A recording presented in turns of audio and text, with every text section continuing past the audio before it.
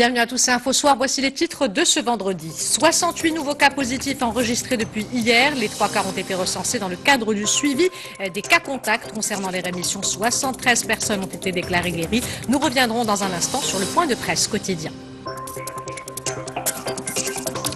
C'est l'aboutissement d'un long processus. Plus de 14 entreprises de différents secteurs ont participé à sa conception. Un respirateur intelligent 100% marocain, ce ventilateur artificiel en phase de livraison, permettra d'atténuer les effets de la pandémie et d'aider le corps médical. Et à l'occasion de la Journée mondiale de l'environnement, nous irons au Parc national de Souss-Massa pour parler de la zone de conservation des ressources naturelles Roken, un espace qui abrite plusieurs centaines d'espèces d'oiseaux et de mammifères menacés de disparition. Pour terminer cette édition, ce bel hommage rendu par l'artiste Mr. Way au héros du confinement, auteur, compositeur, interprète qui joue de plusieurs instruments, cet artiste a décidé de laisser parler ses émotions et d'offrir une chanson à ceux qui sont en première ligne dans la lutte contre le coronavirus.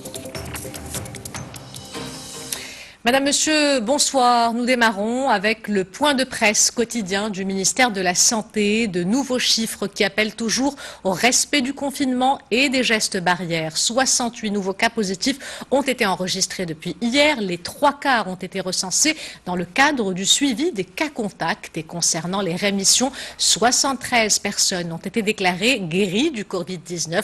Durant ces dernières 24 heures, les hôpitaux du Royaume n'ont signalé aucun cas de décès. Le point avec Amina Benkhal. 8071, c'est le nombre total de contaminations après l'enregistrement de 68 nouveaux cas d'infection ces dernières 24 heures. Près de 50% de ces patients ont été diagnostiqués à Marrakech-Safi. 31 cas ont été enregistrés dans la région de Marrakech-Safi. 27 sont liés au foyer épidémiologique familial, détectés hier, et 11 d'entre eux sont des enfants. Le coordonnateur du Centre national des opérations d'urgence de santé publique annonce ensuite cette bonne nouvelle. Aucun décès n'est à déplorer, ce qui maintient le bilan des personnes à avoir succombé au virus à 208. Côté guérison, 73 patients se sont rétablis ces dernières 24 heures avec un total désormais de 7268 rémissions. Le ministère de la Santé précise également que la quasi-totalité des cas détectés le sont grâce au suivi médical. Parmi les 68 patients testés positifs, 62 ont été détectés dans le cadre du système de suivi des personnes contacts, soit 91% des nouveaux cas. 48 416 personnes au total ont fait jusque-là l'objet de ce suivi et 7 176 personnes contacts sont toujours placées sous surveillance médicale. 7176 رهن التتبع الصحي. Cette surveillance médicale a également permis d'exclure en une journée 14 271 cas après des résultats négatifs au laboratoire, soit un total de plus de 267 000 cas écartés depuis le début de cette crise sanitaire. Et parmi les 73 cas de guérison recensés ces dernières 24 heures à travers le Royaume, cette rémission enregistrée à Al-Husseima, plus exactement à l'hôpital de proximité d'Imzouren, une guérison très symbolique. Ce cas déclaré rétabli permet à la province de rejoindre les zones déclarées indemnes de tout cas confirmé du coronavirus. Reportage Fouad Azzouzi, Mohamed Hidjoub, le récit est de Marwan Zghari. Al-Husseima passe en zone verte. Le dernier des 17 cas recensés dans la province depuis le début de la pandémie a été déclaré guéri aujourd'hui à l'hôpital de proximité d'Imzouren. La jeune femme de 31 ans doit à présent passer par une semaine de convalescence chez elle. Je remercie infiniment les médecins de l'hôpital pour leur soutien et leur présence. Ils nous ont beaucoup aidés et étaient toujours aux petits soins pour nous. Tanger-Tétouan Al-Husseima a été pendant plusieurs jours l'une des régions enregistrées des taux élevés de contamination, avec plus de 1140 cas cumulés. Après Chefchaouen et Ouezdan, la province d'Al-Husseima est la 3e ville la moins impactée par le coronavirus dans la région. On n'est pas encore au bout du tunnel et j'invite la population à ne pas baisser la garde et de maintenir un état de veille permanent. Bien entendu, Le mérite de ces résultats revient aux bonnes décisions prises au bon moment par le gouvernement sur haute instruction de Sa Majesté le Roi, chef suprême et chef d'état-major général des forces armées royales. Nous invitons les citoyens de la province d'Al Hoceima à plus de vigilance et de respecter les consignes des autorités locales. Je voudrais aussi remercier le staff médical, civil et militaire de l'hôpital pour leur implication et dévouement. Et c'est grâce à leurs efforts que nous sommes arrivés à une rémission totale de nos patients. La province d'Al Hoceima a déjà été déclarée zone verte le 26 mai dernier et pourtant, elle a enregistré un nouveau cas positif le même jour. La vigilance reste ainsi de mise et tous les citoyens sont invités à rester prudents. Et vous le savez, pour permettre une reprise d'activités sécurisées, sur instruction du souverain, une campagne de dépistage massif du coronavirus des employés du secteur privé a démarré. L'opération a pour objectif de permettre aux chefs d'entreprise de protéger les salariés et de limiter le risque de propagation du virus. Alors comment se déroulent ces journées tests? L'une de nos équipes a assisté à cette opération dans un centre d'appel à Casablanca, une structure qui compte plus de 1800 employés. Reportage Iman Waraka, le récit est de Rizlan Taïbi.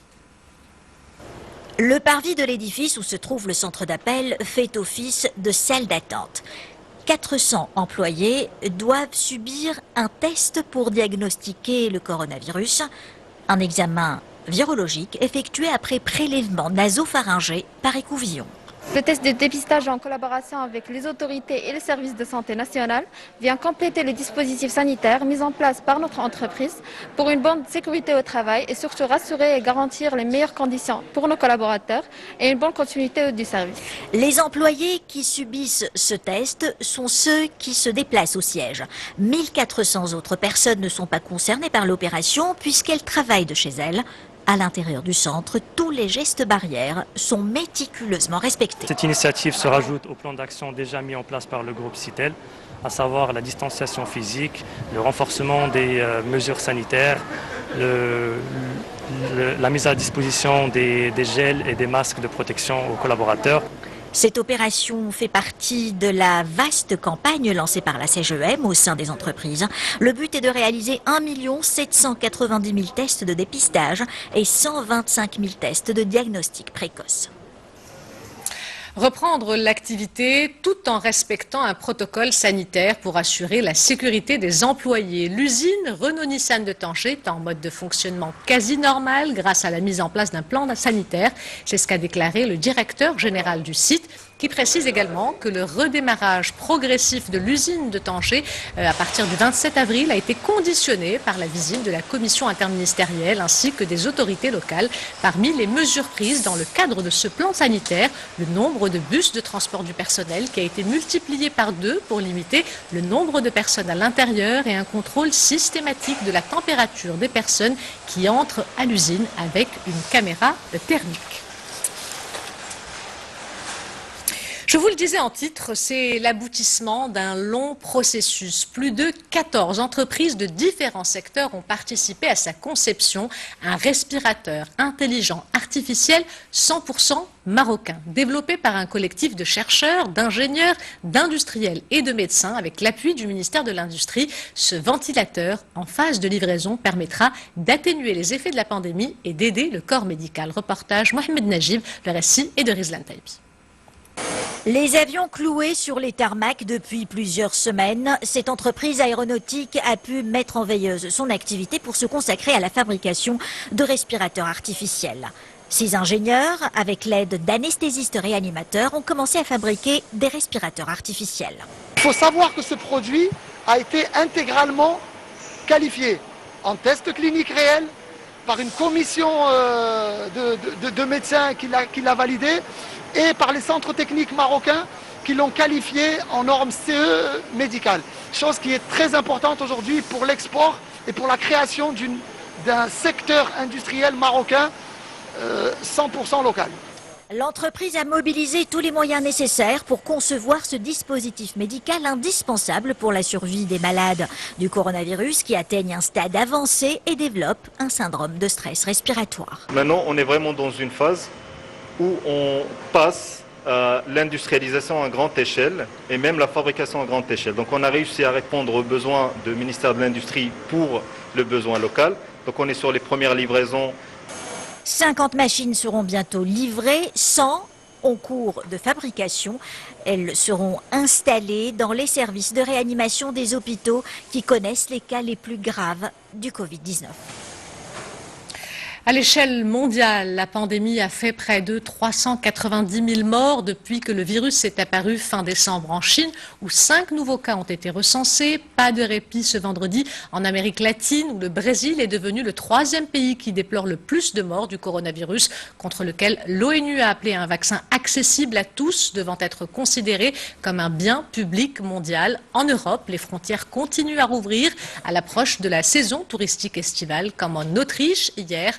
Hormis avec l'Italie, Vienne a levé toutes les restrictions aux entrées et sorties terrestres de son territoire. Mais les pays voisins n'en ont pas fait autant. Beaucoup de pays européens rouvriront leurs frontières en totalité le 15 juin.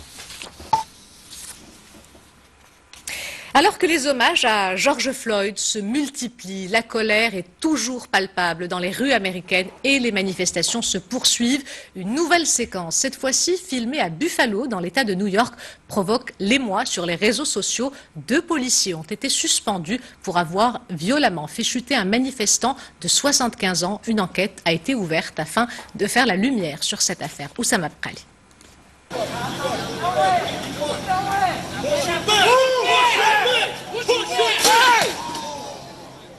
C'est une scène qui, à 10 jours après le meurtre de George Floyd, vient de nouveau effarer le monde. Un senior de 75 ans s'approche pacifiquement des policiers avant d'être brutalement mis à terre. Non identifié, l'homme a été admis à l'Erie County Medical Center dans un état grave mais stable. L'incident a été déclaré comme un accident dans un premier temps par la police de Buffalo dans l'État de New York, avant que 2 officiers ne soient suspendus. Dans plus de 140 villes du pays, ils sont des dizaines de milliers de personnes à sortir journalièrement dénoncer les violences policières et raciales. Coordonnées principalement sur les réseaux sociaux, les manifestations sont tantôt calmes et pacifiques, tantôt elles donnent lieu à des scènes surréalistes de confrontation entre policiers et la foule. Après la dispersion musclée d'une manifestation pacifique lundi à Washington DC, plusieurs organisations des droits civiques sont allées jusqu'à déposer plainte contre Donald Trump. En effet, les manifestants furent dispersés à coups de balles en caoutchouc et de gaz lacrymogène pour permettre au président américain de visiter l'église Saint-John, dégradée la veille par des casseurs. Après plus d'1 an de combat, les forces pro-gouvernementales soutenues par l'ONU annoncent avoir pris le contrôle de l'ensemble de l'ouest de la Libye et de Tripoli, infligeant une défaite cinglante aux troupes rivales du maréchal Khalifa Haftar, chassés de leur dernier fief dans cette région. Faiz al-Sarraj a prévenu son adversaire, le maréchal Haftar, qu'il ne s'arrêterait pas là. Il entend bien reprendre le contrôle de l'ensemble de la Libye. Le trafic aérien dévasté par la pandémie de Covid-19, selon les derniers chiffres dévoilés par l'ONDA, l'Office national des aéroports, le trafic aérien a enregistré une baisse de plus de 12% au premier trimestre 2020 et pour le seul mois de mars, ce trafic a enregistré une chute de plus de 54%. C'est une mesure qui intervient suite à la relance progressive de certaines activités et en perspective de la fin de la période de confinement. L'Office national de l'électricité et de l'eau potable a annoncé en début de semaine la reprise de la lecture des compteurs de consommation d'électricité et d'eau potable. Les clients recevront les factures des 3 derniers mois et pourront payer en bénéficiant de facilités. Exemple, Al-Hajb avec ce reportage de Sarah Jabri et Driss Cohen. Unité de service de l'Office national de l'électricité et de l'eau potable à El Hajb. Depuis lundi dernier, la branche eau a repris son activité commerciale. Les clients désireux de consulter les détails de leur historique de consommation durant le confinement peuvent désormais se rendre à l'agence. Cela fait 3 mois que je n'ai pas reçu de facture, donc je suis venu consulter ma consommation d'eau et discuter des modalités de paiement. La lecture des compteurs a été suspendue ces 3 derniers mois, je n'ai pas reçu de facture. L'agent m'a annoncé que je pourrais bénéficier de facilités de paiement. Confinement oblige, l'Office a mis en place des mesures pour renforcer les interactions à distance avec les clients. L'index de consommation en eau de ces 3 derniers mois a été estimé sur la base de l'historique de consommation du foyer, mais en la perspective de la levée du confinement, la lecture des compteurs a repris début juin. Cette reprise nous permettra de relever l'index de consommation exact de chaque foyer du mois de mars à juin, en adéquation bien sûr avec les tranches de facturation pour chaque mois, pour que les calculs soient en concordance avec la consommation mensuelle réelle. Pour accéder au service de paiement des factures, les clients peuvent se rendre aux espaces-services à proximité de leur domicile, dans le respect des gestes barrières et des mesures d'hygiène en vigueur. Je viens de payer ce qui m'est dû en me référant aux anciennes factures. Je n'ai remarqué aucune différence. Bien que je n'ai pas encore reçu de facture, j'ai utilisé un ancien reçu de paiement. Pour la régularisation des factures, dès le prochain relevé, des reports et facilités de paiement seront accordés pour les clients qui en expriment le besoin. Et à l'occasion de la Journée mondiale de l'environnement, je vous propose de nous rendre au Parc national de Souss-Massa pour parler de la zone de conservation des ressources naturelles Roken, un espace qui abrite plusieurs centaines d'espèces d'oiseaux et de mammifères menacés de disparition. C'est un reportage de Hussein Ouzig, le récit et de Amina Mkhar. Nous sommes au beau milieu du plus important espace naturel protégé de la région de Souss-Massa. Sur environ 34 000 hectares, ce parc national abrite plus de 300 espèces d'oiseaux, de reptiles et de mammifères, certains en voie de disparition. Ce parc vise à conserver la biodiversité et à contribuer au développement durable au niveau local. Cela se fait notamment via l'organisation de circuits touristiques écologiques dont l'objectif est de faire découvrir la richesse de la région de Souss-Massa aux touristes.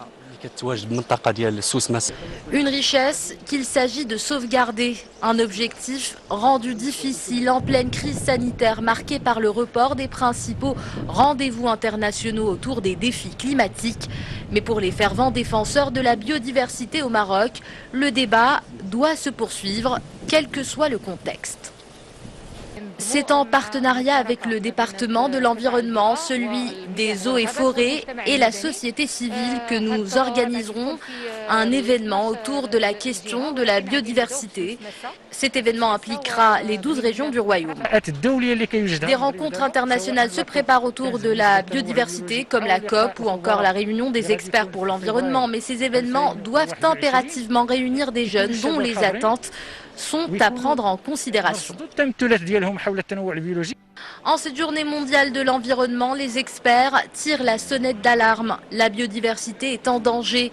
Près d'1 million d'espèces animales et végétales sont menacées d'extinction, dont beaucoup dans les prochaines décennies, selon l'ONU. Place au sport avec pour commencer ce tour d'horizon cette triste reprise du championnat portugais de football cette semaine. Une reprise marquée par le caillassage du bus du Benfica Lisbonne. En Angleterre, la Première Ligue officialise son calendrier de reprise. Et de son côté, la NBA est enfin fixée sur l'épilogue de la saison. Adil Lutet. Le Benfica de Adel Taarabt a passé une sale soirée. Pour commencer, le club lisboète a été tenu en échec hier à domicile par Tondela sur un score nul vierge en match comptant pour la 25e journée de la Liga NOS. Ensuite, les Diables Rouges ont essuyé une attaque au jet de pierre alors que leur bus les ramenait au centre d'entraînement de Seixal. 2 joueurs ont été blessés, Julian Weigl et Andrija Zivkovic ont été touchés par des éclats de verre au visage. Ils ont été transportés à l'hôpital par précaution et les auteurs de l'attaque n'ont toujours pas été identifiés. Seule consolation de la soirée, Benfica arrache les commandes du classement au FC Porto grâce entre autres à un meilleur goal average. Les Dragons s'étaient inclinés 2-1 mercredi à Villanova de Famalicão. On a officiellement arrêté le programme de la reprise de la Première Ligue en Angleterre. Il reste 9 journées à jouer. Toutefois, la compétition redémarrera avec 2 matchs en retard de la 28e journée, mercredi 17 juin, Aston Villa Sheffield et Man City Arsenal. La 30e journée sera marquée par des chocs du calibre libre Tottenham-Manchester United vendredi 19. Everton et son voisin Liverpool s'affrontent le dimanche d'après. NBA pour conclure. Adam Silver, le patron de l'association nord-américaine de basketball, avait fait une proposition la semaine dernière. Redémarrer la saison en Floride au complexe ESPN Wide World of Sports, propriété de la compagnie Walt Disney. Un vote a eu lieu hier et la proposition a été validée. La saison régulière reprendra le 31 juillet avec 22 franchises au lieu de 30. Une décision justifiée par des contraintes purement économiques. Les camps d'entraînement collectif reprendront le 30 juin. Les équipes retenues devront rallier Orlando à partir du 7 juillet. Nous refermons cette page sportive avec cette information relative à la Botola et qui nous parvient d'El Jadida. Le Difa local a engagé Aziz Bouderbala en tant que directeur sportif du club. L'ex-lion de l'Atlas a été présenté cet après-midi. Pour rappel, le Difa Hassani d'El Jadida s'est séparé de son entraîneur, l'Algérien Abdelkader Amrani, ce dernier étant bloqué dans son pays à cause du coronavirus. Pour terminer cette édition, cet hommage rendu par l'artiste Mr. Way au héros du confinement. Auteur, compositeur, interprète qui joue de plusieurs instruments, cet artiste a décidé de laisser parler ses émotions et d'offrir une chanson à ceux qui sont en première ligne dans la lutte contre le coronavirus. Sarah Jabli et Driss El Cohen nous proposent dans ce reportage de plonger dans l'univers musical de cet artiste et ses inspirations.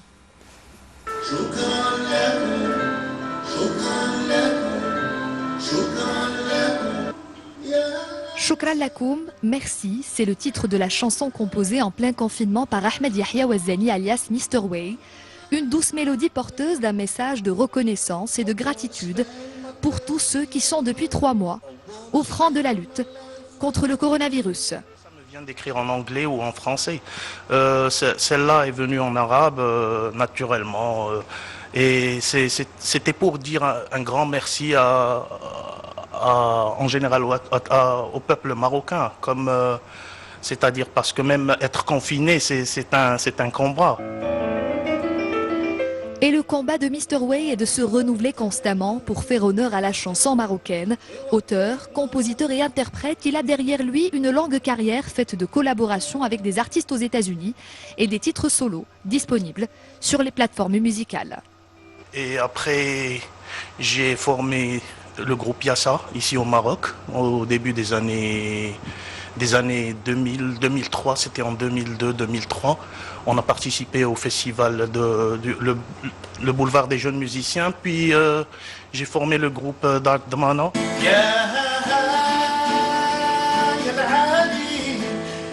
De sa voix, de son talent aux multiples instruments, Mr. Way ne cache pas sa hâte de retrouver la scène. En attendant la levée du confinement, il se nourrit chez lui d'art et de musique.